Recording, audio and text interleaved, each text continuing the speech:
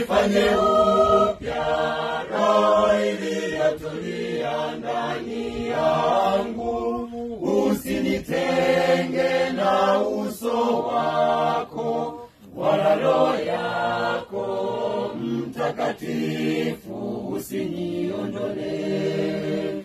Uniumbie moyo safi, uifanye upya roho iliyotulia ndani yangu.